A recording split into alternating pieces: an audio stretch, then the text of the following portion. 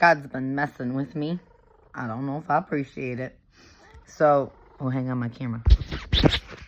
That's a little bit more clear.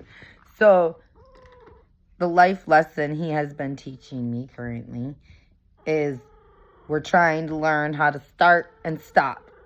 I'm really good at hyper-focusing, or I'm really good at not focusing at all. But I'm not very good at the starting and stopping part of the focusing. Like, I'm good at holding still, or I'm good at doing, but I'm not good at transitions. It has to do a lot with my autism. They stress me out, and I do them anyway, but usually I internalize and I have a lot of anxiety, and then if I'm left to my own devices, I either tend to wander and be lost and just start and stop whatever gives me dopamine, or I feel purposeless, or I get stressed out at the thought of starting something because it seems too overwhelming, or I don't want to stop doing something because I'm really focused right now, and I'm not. I know if I lose focus, like, that's not my skill, so, like, I don't want to stop in case I lose it. So, like, we've been practicing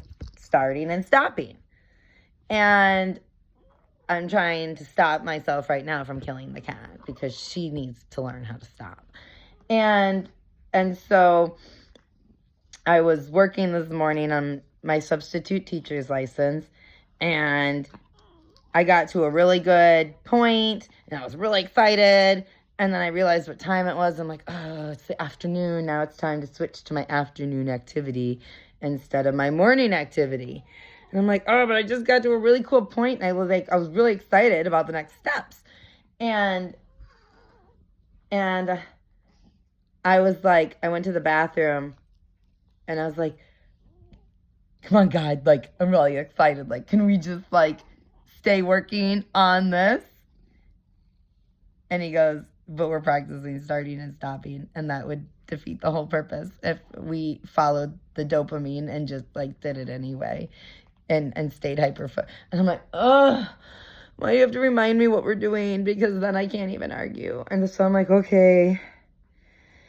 All right. Well, I know in the afternoon I'm working on long-term goals instead of short-term goals. And so I kind of was trying to, like, mentally shake off my excitement about the different parts of the substitute teacher and all the stuff I had just learned. And I was trying to, like, shake that out of my mind and, like, open up my mind to being able to refocus on a new subject. And I thought it was my massage therapy, and I had a really cool idea, actually.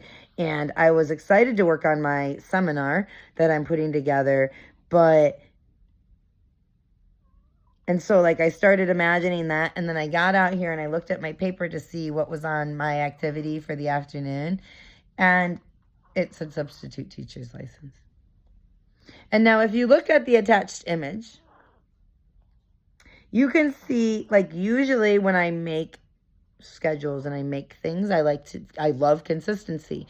And if you look at this paper, you will see how inconsistent it is, because on Monday I put substitute teacher in the morning in the short-term goals section. But then on Thursday, it's the only time that I have substitute teaching in the long-term goals section, and that's today. And I don't remember what else I always said, but I highlighted something else green. But I was like, there was two things, and I'm like, God already knew. He already knew what was going to happen.